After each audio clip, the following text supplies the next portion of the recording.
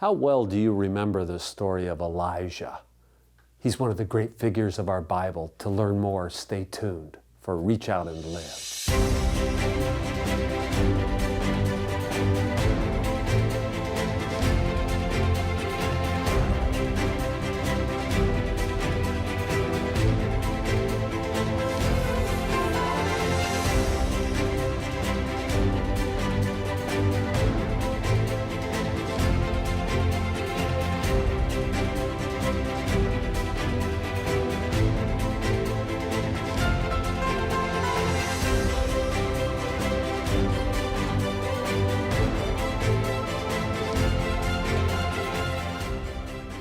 Welcome to Reach Out and Live, a program of music, scripture, and sermon brought to you each week by the many viewers and members of First-Plymouth Church, Lincoln, Nebraska. Hi, my name's Jim, minister here at First-Plymouth.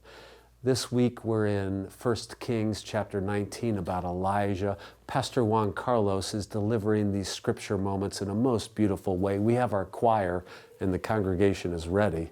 Let's join them.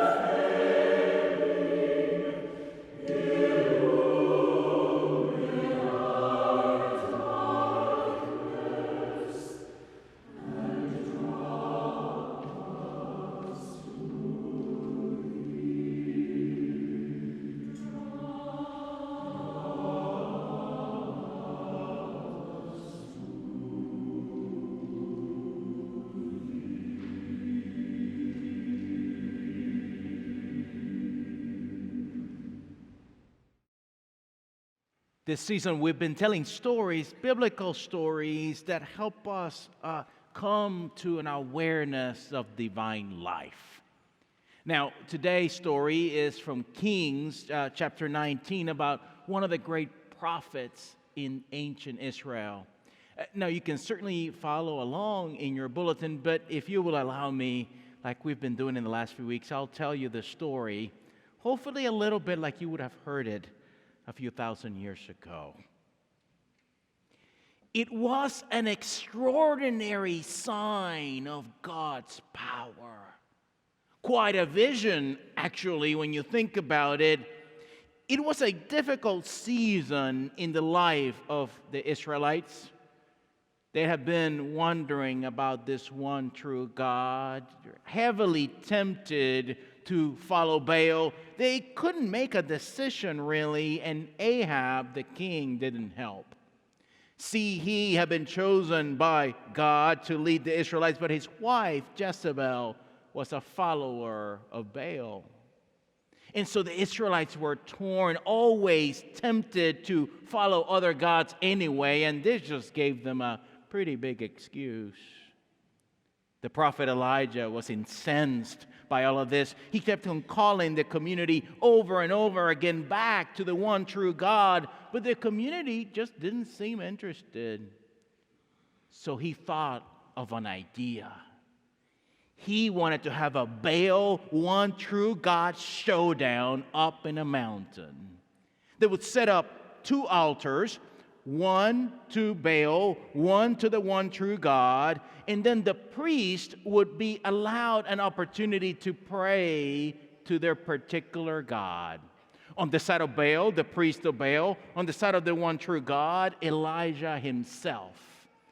It was a simple challenge. Whichever God responded to the plight and burned the offering was the one true God. Are we ready for the showdown?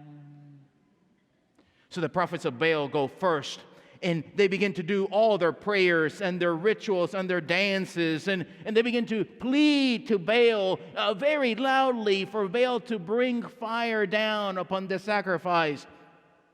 And after hours of this, nothing's really happening. So then Elijah gets a little bit of kind of talking smack at them, and Elijah says, "What's happening, Baalites?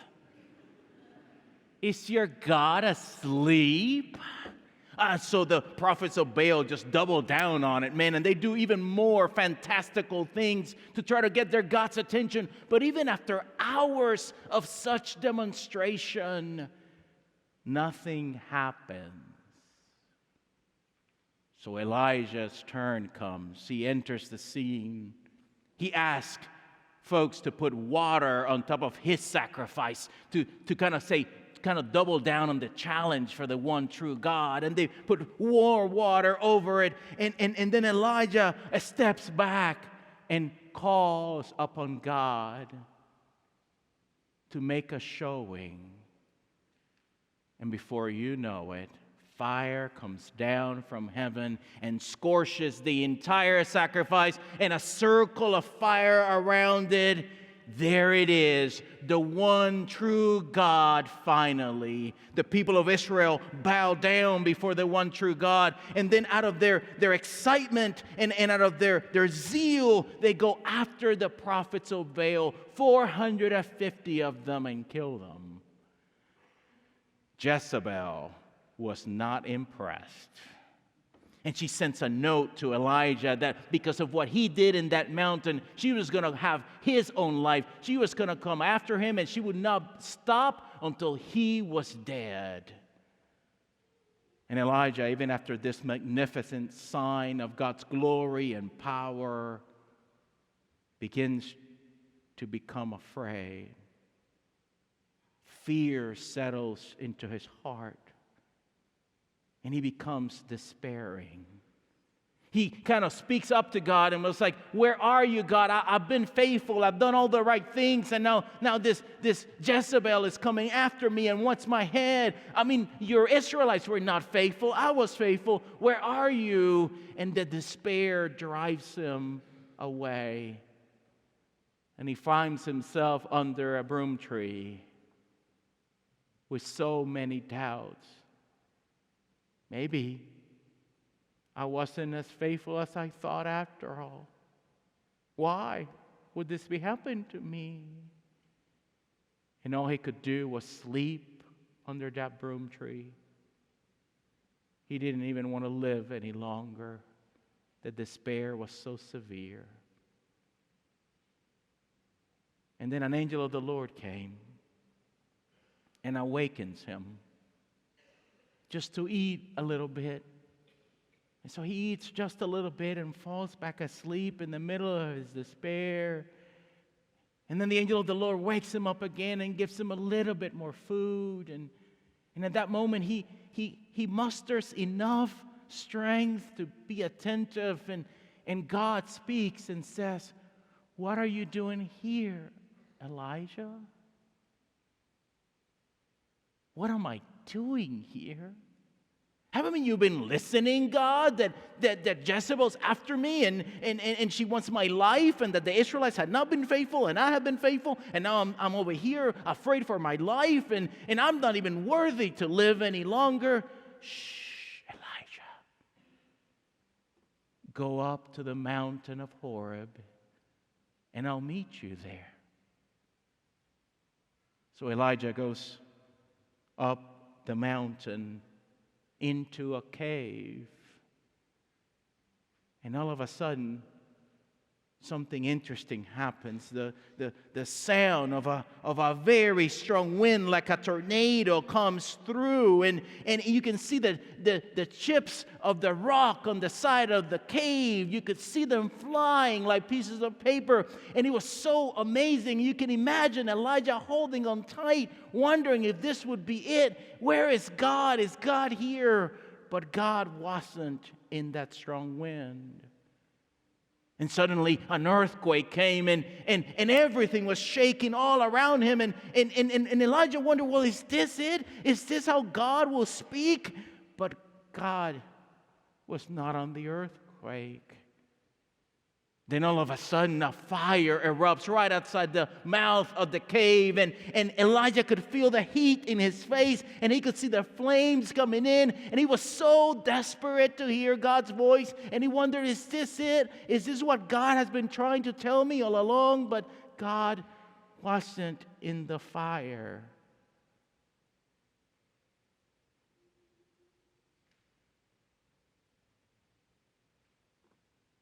And then a still, small voice.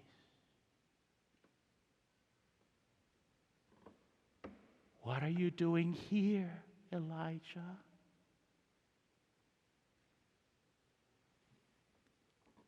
I have been faithful, God. And now the king and Jezebel are after me, and they want my life, and I'm so tired and exhausted, and I feel so despairing, and I have you been listening? Go down the mountain, Elijah. I'm about to do a thing. I think in this story of struggle in Elijah, we are being offered 3 strategies as we face our struggles. 3 sort of hacks on how to make it through struggle. First, to not judge oneself too harshly during the struggle. We'll always think it must be about us. And you'll begin to judge whether it's your fault or you're not good enough. Don't judge yourself in the struggle. And then number 2, don't go on the run. That would be the tendency to run. And thirdly, can you discover the still small voice? Okay, let me work through these strategies. So in this story, you heard so beautifully told by JC that Elijah had a success. There are peak moments in life on Mount Carmel, but immediately he's back in the struggle, he's despairing, he ends up under the broom tree. And did you see in your text what he said? He thinks he's no good. He says, I'm no better than my ancestors. You see, this is what we'll do when we're struggling. We'll judge ourselves too harshly. This has to be my fault. You'll compare yourselves to others. You'll look, and they don't seem like they're struggling. Listen, everyone's struggling. That's an illusion. But this is what your mind will do. You think, they don't seem to be struggling as much as I am. Or they must be better than me. They have their life together. No one has their life together. But that's what we'll do. And then we'll judge ourselves. So in the midst of the struggle, what we'll do is compare ourselves to others, and we always compare the worst things going on in ourselves to the best things happening for other people. That ain't fair. And you'll imagine somehow you're not equal to it. You'll judge yourself. I can't handle this. I'm not good enough. Never was. And this story has then an angel coming and ministering to him. Something about that angelic presence helped him go easier on himself. But he's still struggling. He's able now to get up. He was going to stay under that tree and die. But he was able to get up. You know, in our struggles, just getting out of bed in the morning and facing the day can be hard. He's able to get up, and then he goes to the mountain. So, first hack, don't judge yourself too harshly in the struggle. We're all struggling. But then when he goes to the mountain, did you notice he goes into a cave? And now the next hack here is don't stay on the run. Don't go on the run. See, he's been on the run. He's still really running. But this is key. In facing our struggles, don't run. Have you ever heard of Abraham Maslow? He was one of the great psychologists of the mid-20th century. Abraham Maslow thought that if a human being could have their basic needs met, they then would be able to self-actualize, is what he called it, attain their potential, live into their fullness. And he issued a warning. He said, if any human being chooses to be less than they could be, they will be forever miserable. He said, any human being, if you purposely choose to not reach your potential, you will be miserable. And he outlined what he called the Jonah complex. And he believed many of us can suffer at times from the Jonah complex. That's when you run away from your potential greatness.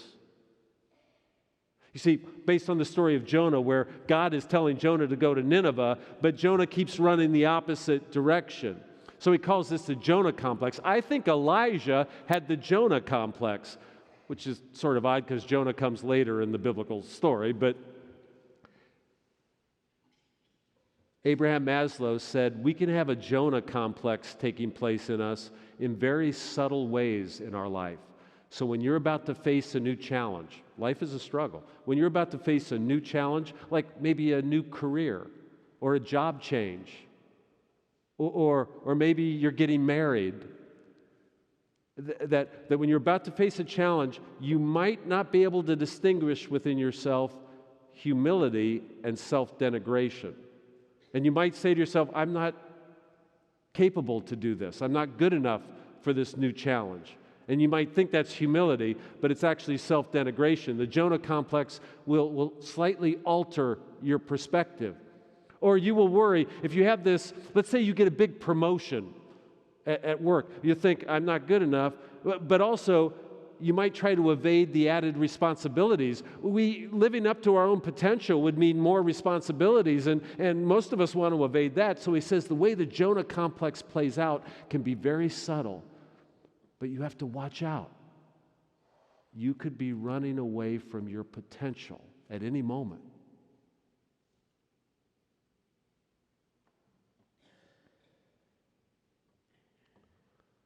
And so this story really is saying, stop running.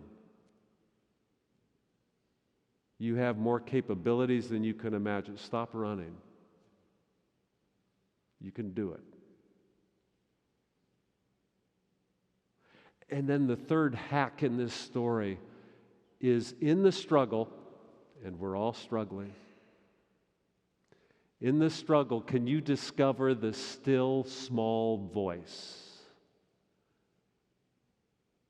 That's how the King James puts that, the still small voice. Some Bibles say the sound of sheer silence. I like that, but it sounds like a Simon Garfunkel song. Or some Bibles say a gentle whisper. That's what's in your text today. But I like the translation, a still small voice. In the chaos of the struggle, can you find that still small voice of possibility in the struggle? And when we're in the struggle, we'll tend to listen to loud voices around us. There'll be a lot of loud voices offering advice to you during your struggle. You'll go to the loud voices, but in the struggle, could you listen for the small voices?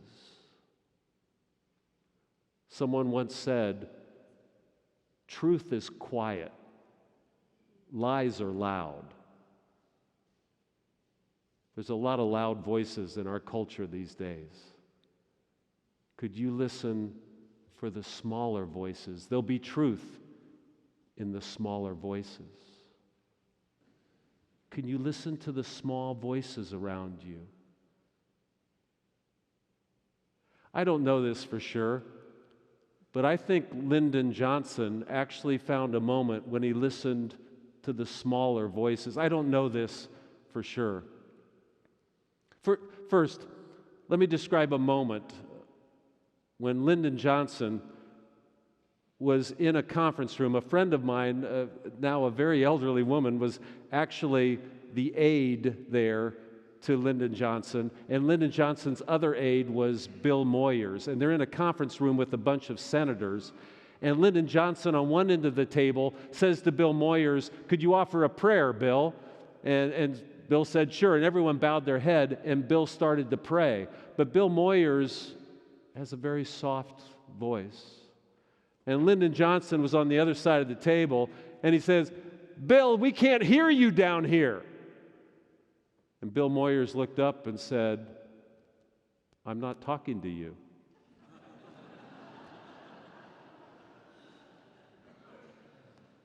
So Lyndon Johnson was this big personality, and he was pugnacious and kind of a mean son of a gun, really. But there came a moment, I think, he learned somehow, maybe just for a moment, to listen to the small voices.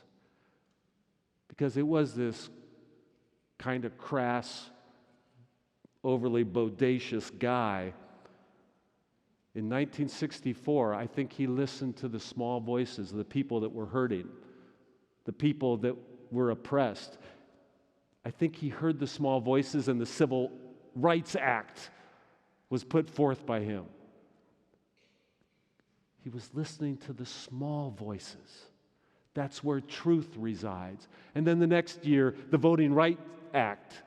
I don't know this for sure, but I think in the midst of the struggle, he finally heard the small voices.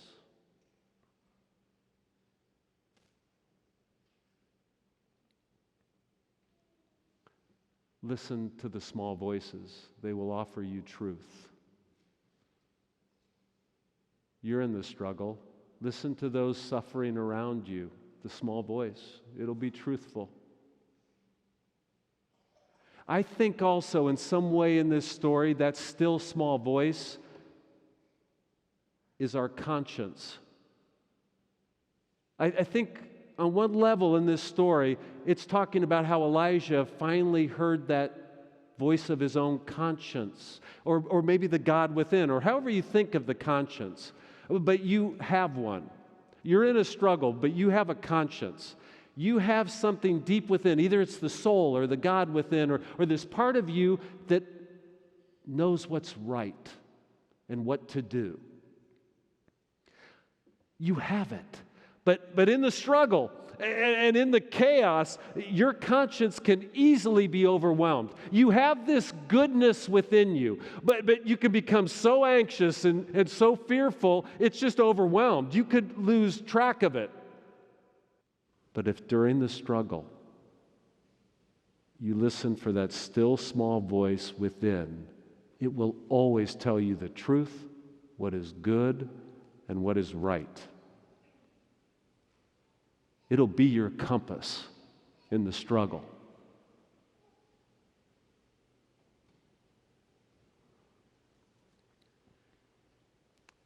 And so, my friends,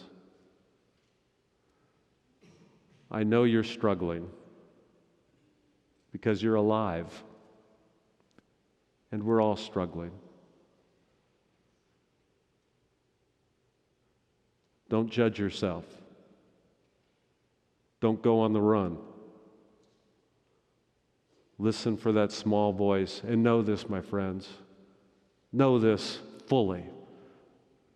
Our struggle is worth it because there's meaning to it and there's God. Amen.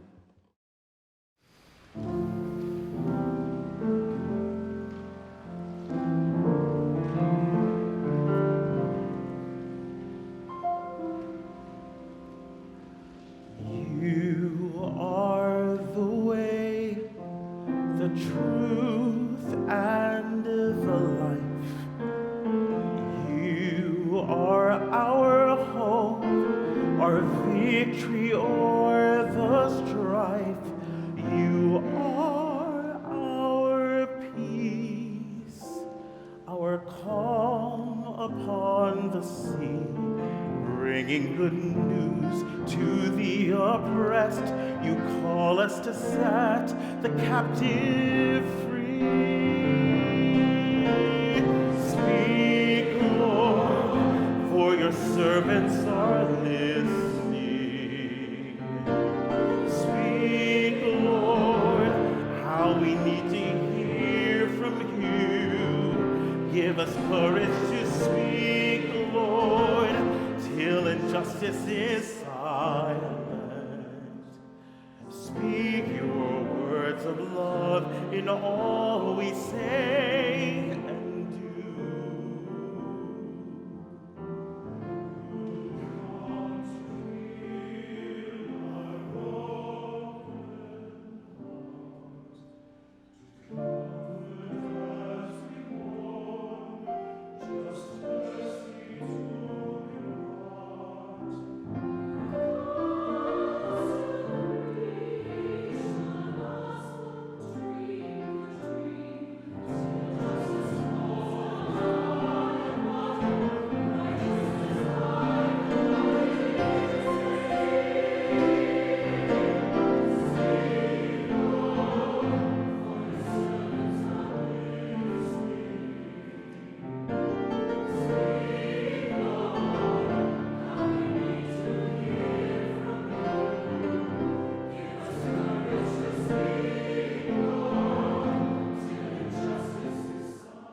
I think it's wonderful that we could worship together, and I hope this day it has brought you some peace. Do you know you could join our worship services live every Sunday morning at 9 or 10:30 on Facebook, YouTube, or our website, and all of that is made possible by friends like you. If you believe that an open-minded, loving congregation can help change the world, then consider making a donation. It will help us increase the love of God and neighbor, both in Nebraska and the world. If you would like to learn more about our church, go to firstplymouth.org. You can watch videos of the sermons, learn about our many programs and missions, then follow us to Facebook and become a friend. We now worship online at 9 a.m. and 10:30 on YouTube, Facebook, Vimeo, and our website. We also add live events, so join us online.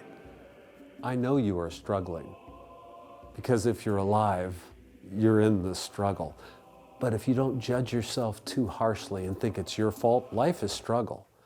If you know that within yourself you have the resources to meet that challenge, then together we can reach out and live. Tune in again next week for another edition of Reach Out and Live.